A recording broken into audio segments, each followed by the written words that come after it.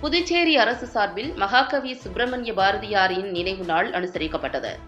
மகாகவி சுப்பிரமணிய பாரதியாரின் நினைவு நாள் புதுச்சேரி அரசு சார்பில் இன்று அனுசரிக்கப்பட்டது.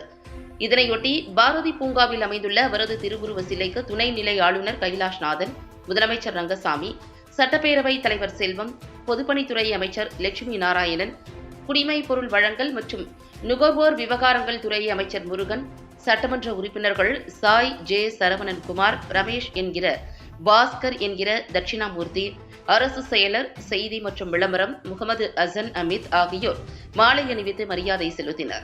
முன்னதாக ஈஸ்வரன் கோவில் வீதியில் அமைந்துள்ள மகாகவி பாரதியார் நினைவு அருங்காட்சியகத்தில் மகாகவி பாரதியாரின் திருவுருவ படத்திற்கு துணைநிலை ஆளுநர் கைலாஷ்நாதன், முதலமைச்சர் ரங்கசாமி ஆகியோர் தலைமையில் மலர் தூவி மரியாதை செலுத்தப்பட்டது.